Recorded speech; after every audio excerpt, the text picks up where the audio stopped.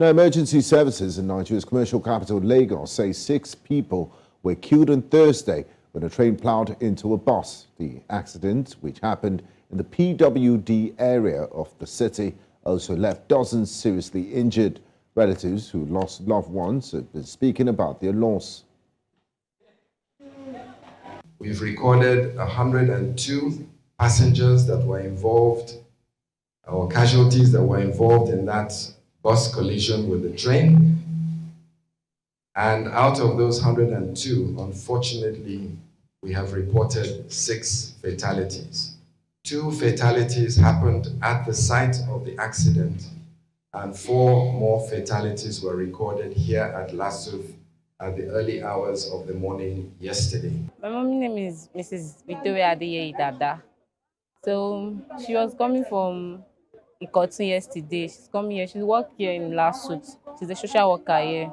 So she was coming and she met with that accident. The person that died is my junior sister, and she's working here. But she was inside the bus yesterday, and she has already dead. She was brought in dead to this place yesterday.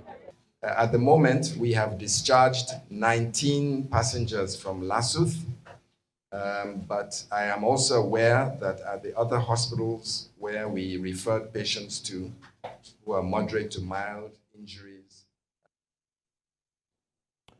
Joining me now is Onaolapo Lawal, a survivor of the accident. Thanks for finding time to join us on NC Continental Prime, Onaolapo. Yeah, good evening. Good evening to you. Onaolapo, we understand that you were on the train that hit the bus. The incident must have been quite traumatic for you. Can you kindly take us through what you recall of how the accident occurred? Okay, I've been on my way to work from Ijoko because I live at Ijoko where the train starts. And I just finished eating breakfast in the train because there's a table in between the seats. And I was scrolling through my phone, checking through my phone, reading some things. And all of a sudden, I just heard a vibration and a sound like that. That was just the way I can describe it. And immediately I grabbed onto the table and just held it tight and just wanted to see where it will end up in because I didn't even know. That was the next thing I could just do. And immediately in my mind, with that sort of vibration, I knew this train had hit a vehicle. But I didn't know yet whether it was a car or a bus or whatever until the train stopped. Then I peeped out and I saw the BRT, the front part of the BRT, everywhere pandemonium. In fact, the man that sat in front of me had disappeared because of the fear and the scare everyone was facing. So I got down and I got to the place. I saw rescuers already rescuing people. I saw people lying on the floor. Saw someone with a face that was torn, and it was so sad. I felt very bad for them. It was later on I got to know. I started hearing what happened because I still had to go to work, and I was fortunate to be alive though. But when I got to work, my bosses told me I should have taken the day off because of such traumatic experience. But I just had to get to work. I got to work. I got to know of what happened. The driver, the BRT was at fault and all that. So that was just majorly. I don't know right now, to be honest.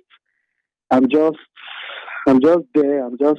I don't know how. I don't even know, but I just know that if I hear the sound of the siren of the train, sometimes I still feel some sort of fear, scare, because right now I don't even know how I feel. I'm just confused, but I'm still hanging in there though. We're sorry about that, Onaolapo. Now, from what you recall, could the incident have been averted or what can be done to prevent such a reoccurrence from what you know so far?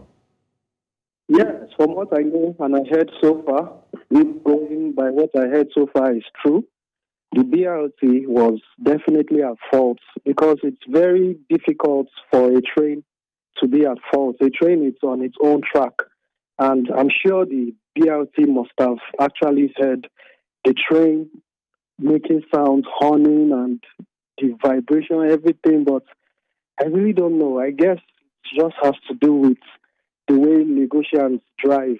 It has to do with that because I don't know what will make a driver to hear a train coming and you still have the boldness, you still have the confidence to try to outsmart the train. And so I believe the way we drive in this part of the country, especially in Lagos, it really has to be looked into. I just saw the news now today that a bus just crushed some other people to death, even today.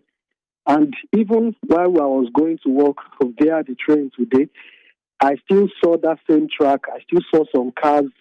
They parked. The train had to slow down very much when it was approaching that same Shogule side. It slowed down. He made a lot of horn and horn and horn. And when I got there, I still saw some cars parked very, very close to the train. As in, I would have expected people to have even been a bit afraid, and with such thing that happened yesterday, at least there should still be some fear, at least some distance, some thinking, but people still, they still sell market goods beside the train, even while it's moving, they still stay beside it, as if everything is just life goes on or something, as if nothing happened. So I think we really need to look into all these kind of things, and I don't know. But most definitely, Nigerians need to take responsibility, and also government needs to enforce road safety and also safety of citizens that are applying the route of this railways. Now, finally, Onaolapo, before we let you go, we understand your medical personnel, and from your assessment, how would you rate the level of medical and emergency services response to the accident? You mean the medical response at the scene of the accident? Yes, please.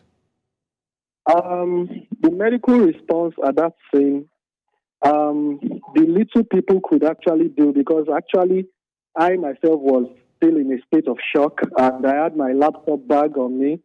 I didn't have any protective equipment that I could use to do anything. What I would have done at that situation was to look for how to, stop bleeding and secure, as in transport such people to a nearby hospital to get first aid and something.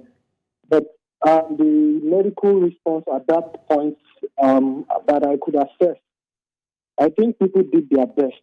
I think because the people that were the rescuers, there was chaos everywhere, and so there was really little I could do at that point. And I myself, I still had to get to work because I'm also working in a hospital, and so I believe the people that were there, they did their best because they really had to rescue people out. And although they are laymen, that's what they could do so far. They did their best, I believe. Thank you, Onaolapo Lawal. We do wish you a quick recovery from the shock of that unfortunate incident. Thank you for your time. Yeah, you're welcome.